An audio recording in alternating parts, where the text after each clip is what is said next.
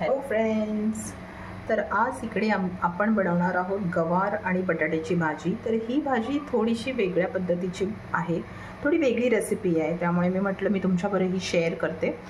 तर ह्याच्यासाठी बेसिकली ही भाजी तेल कांद्यामध्ये आपण बनवणार आहोत। तर ह्याच्यासाठी लागणारे इन्ग्रेडियंट्स मी दाखवते। तर इकडे आहे गवार आणि बटाटा। तर हा गवार आणि बटाटा हे दोन्ही, तर बटाटा अख्खाच मी असा उकडून घेतला होता आणि गवार पण, तर मोडलेली गवार आणि बटाटा हा बॉईल करून घ्यायचा वन एक्सटेंड की तो एकदम असं सॉफ्ट झाला पाहिजे, म्हणजे तो इझिली कुक होणार, कारण आपण नंतर फक्त त्याला तेल कांद्यामध्ये परतून घेणार आहोत। त्याच्यानंतर आपण 1 वाटी कांदा घेतला आहे, इथे थोडीशी कढीपत्ता आणि कोथिंबीर घेतला आणि त्याची काही माती वगैरे असेल तर ती निघण्यासाठी मी त्याला पाण्यामध्ये भिजत ठेवलं आहे। इकडे मसाला आहे, हळद आहे, मसाला ही हळद आहे, मसाला आहे आणि तेल आहे। तर आता ही भाजी मी इथे स्किलेटमध्ये करणार आहे। तर हा माझ्याकडे आयनचं स्किलेट आहे। तर हे जे काही तेलातल्या भाज्या असतात ना, ते मोस्टली मी ह्या वेसलमध्ये, ह्या कंटेनरमध्ये करते। तर friends, let's start with the recipe. तर सर्वप्रथम इथे हे जे गवार आहे आणि बटाटा आहे, तर मी हा रफली ना असं हातानेच कुस्करून घेणार आहे, ठीक आहे। आणि ही गवार पण अशी थोडीशी कुस्करून घेणार आहे हाताने, ओके। नॉट मच, म्हणजे आपल्याला त्याचे एकदम पीसेस, म्हणजे एकदम पण असं चुरा करायचं नाही, त्यामुळे एकदम थोडंसं आपण त्याला चुरून घेणार आहोत। आणि ह्याच्यामध्येच ही जी कच्ची गवार आहे ना, ह्याच्यामध्येच आपण थोडी हळद टाकणार आहोत। ते जितकी तुम्हाला लागेल तेवढी हळद घ्या आणि जितकं तुम्हाला लागेल तेवढं तिखट। तर आता गरमी आहे म्हणून आम्ही खूप कमी तिखट खातो, तर हे घ्या आणि हे असं पूर्ण त्या भाजीला ना हे मिश्रण लावून घ्या। मीठ मी आता टाकत नाही आहे, मीठ आपण शेवटी टाकूया। आणि हे बघा, ही अशी लावून ठेवून द्यायची। जितकं तुम्हाला मीठ हवं आहे, जितकं तुम्हाला मसाला हवा आहे ते लावून असं ठेवून घ्यायचं। आता ह्याच्यामध्ये ऑप्शनल म्हणून तुम्ही तिळकूटही टाकू शकता। तर कोकणाकडे तिळकूट खूप वापरलं जातं भाज्यांमध्ये, तर तेही तुम्ही ह्याच्यामध्ये टाकू शकता। भाजी एकदम छान होते, पण कारण आता गरमीचा सीझन आहे आणि ते थोडे हीटी असतात, म्हणून मी आता ती बनवत नाही आहे, पण ती व्हेरिएशन मी बनवली तर मी नक्की तुमच्याबरोबर शेअर करेन। तर आता हे मी मिक्स करून घेतलं आहे, ठीक आहे। मी थोडा मसाला, हळद जसं म्हटलं तसं लावून घेतलं होतं, ओके। आणि इथे मी स्किलेट गरम करायला ठेवली आहे, तर ह्याच्यामध्ये आपण तेल घालून घेऊया। तर आयनच्या नॉनस्टिकपेक्षा आयनच्या वस्तूंमध्ये जर तुम्ही बनवलं तर हेल्थसाठी चांगलं पडतं आणि ह्याच्यामध्ये तेल चांगलं सुटतं भाजीला, त्यामुळे मी ही स्किलेट वापरते जेव्हा अशी पाणी न घालता भाजी करायची असते तेव्हा। आता ह्याच्यामध्ये आपण हा जो 1 वाटी कांदा घेतला ना, मी हा टाकून घेते।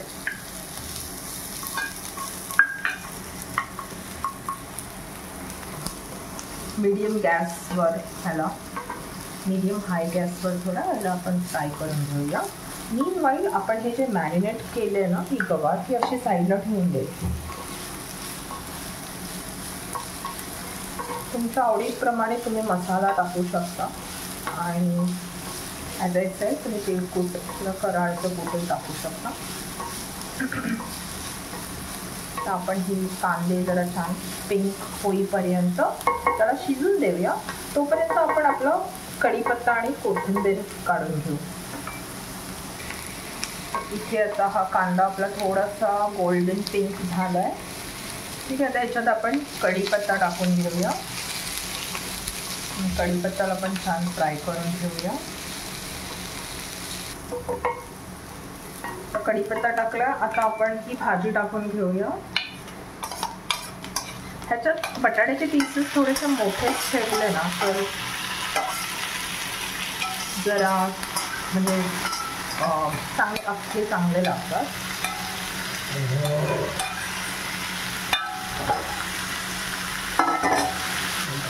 ही आपण अशी मिक्स करून घेऊया। आणि ह्या बाजूला स्लाइसली थोडासा जास्त कांदा घ्यायचा, म्हणजे भाजी खूप छान लागते. कारण आपण फक्त तेल कांद्याची भाजी करतो, ह्याच्यात टमॅटो जात नाही. कारण टमॅटो टाकलं तर मग त्याला एक वॉटरी टेक्स्चर येतं, त्यामुळे आपण फक्त कांद्यामध्येच करणार आहोत हिला फ्राय. आता ही छानपैकी मिक्स करून घेतली आहे. आता आपण ह्याला 5 मिनटं झाकून जरा मसाला व्यवस्थित कुक होऊन देऊया. तरी 2 मिनटं आपण फक्त झाकून ठेवली होती. तुम्ही बघता ना याला असं तेल सुटलं. आता काय होतं ना, ह्या भाजीला आपण तेल कांद्यात करतो, त्यामुळे ह्याला थोडंसं नॉर्मलपेक्षा थोडंसं जास्त तेल टाकायचं, म्हणजे ती अशी मस्तपैकी फ्राय होते. आणि आता आपण त्याला थोडा हाय फ्लेमवरच कुक करून घेऊया.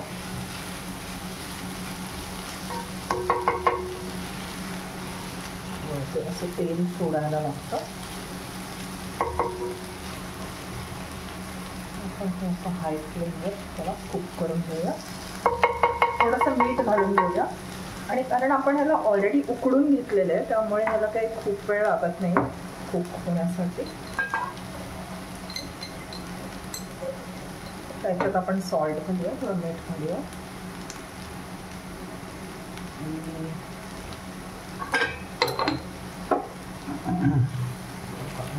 तिला परतवून घ्यायची.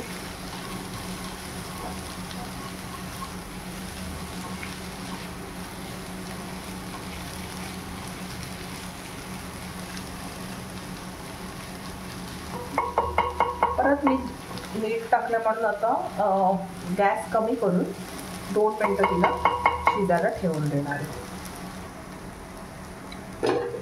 आता बघा ही अशी झाली आहे. आणि जर काय म्हणजे खाली जर भाजी लागली ना थोडीशी ह्याला पॅनला, तर तुम्ही अशी उलाटण्याने ना थोडीशी खरडवून द्या, की ती पण खूप टेस्टी लागते.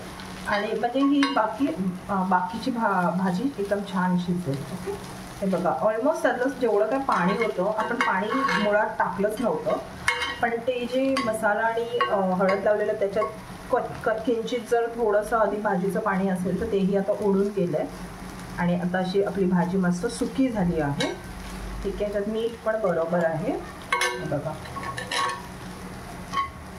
खाली पण भाजी जास्त लागत नाही. जर तुम्ही बटाटे मोठे ठेवलेत ना तर फार अशी काही खाली लागत नाही भाजी. आता आपण ह्याच्यामध्ये कोथिंबीर टाकून घेऊया. ह्या पद्धतीने भाजी करून बघा, सोपी पद्धत आहे. फक्त एकच आहे की तुम्हाला उकडून घ्यावे लागतात दोन्ही गोष्टी, पण डब्यासाठी एकदम उत्तम भाजी आहे. म्हणजे एकदम सुकी भाजी होते आणि कधीतरी व्हेरिएशन म्हणून ट्राय करायलाही खूप छान आहे.